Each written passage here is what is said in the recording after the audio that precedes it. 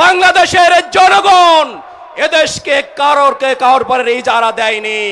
আওয়ামী লীগকে ইজারা দিছিল না, বিএনপিকেও স্থায়ী ইজারা দেয়নি।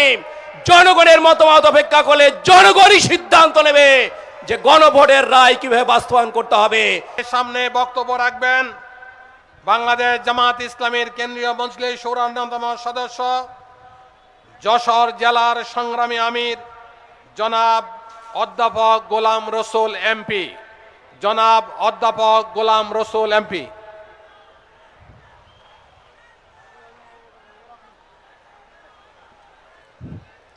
আউযু বিল্লাহি মিনাশ শাইতানির রাজিম। বিসমিল্লাহির রহমানির রহিম। 11 দলীয় ঐক্য জোট কর্তৃক আয়োজিত আজকের এই খুলনার সার্কিট হাউস ময়দানের এই বিশাল জনসমাবেশে সম্মানিত সভাপতি, 11 দলীয় ঐক্য জোটের সংগ্রামী নেতৃবৃন্দ, সংগ্রামী খুলনাবাসী, আসসালামু আলাইকুম ওয়া রাহমাতুল্লাহ। সংগ্রামী খুলনাবাসী, 12ই ফেব্রুয়ারি বাংলাদেশের ইতিহাসে একটি নির্বাচন হয়েছে, যে নির্বাচনে এদেশের জনগণ 15.5 বছর পরে ভোট কেন্দ্রে ভোট দিয়েছিল।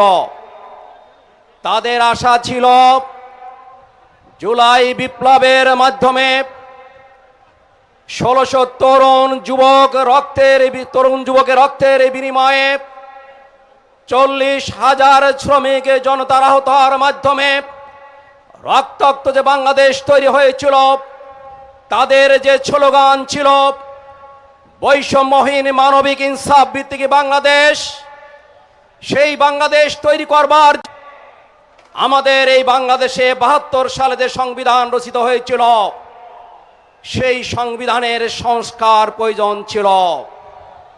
সেই সংস্কারের জন্যেই 2টা নির্বাচন হয়েছিল, 2টা ভোট হয়েছিল।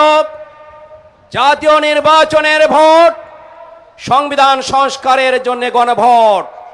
এদেশের জনগণ গণভোটের পক্ষে সংবিধান সংস্কারের জন্য ভোট দিয়েছিল, কিন্তু বর্তমান নব্য পেশিবাদী সরকার জনগণের মতামতকে উপেক্ষা করে গায়ের জোরে সংখ্যাগরিষ্ঠ থাকার কারণে সংসদকে ব্যবহার করে গণভোটের রায়কে তারা ধূলিসাৎ করে দিয়েছে।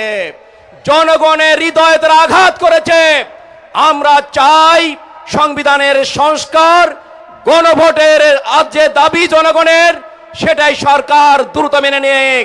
না মেনে নিলে বিগত প্যাচিবার যেভাবে বাংলাদেশ থেকে বিদায় হয়েছে, বাংলাদেশের জনগণ এদেশকে কারোর পরে ইজারা দেয়নি।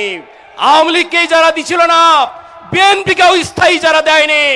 জনগণের মতামত অপেক্ষা করলে জনগণই সিদ্ধান্ত নেবে যে গণভোটের রায় কিভাবে বাস্তবায়ন করতে হবে। সবাইকে ধন্যবাদ। আসসালামু আলাইকুম ওয়া রাহমাতুল্লাহ।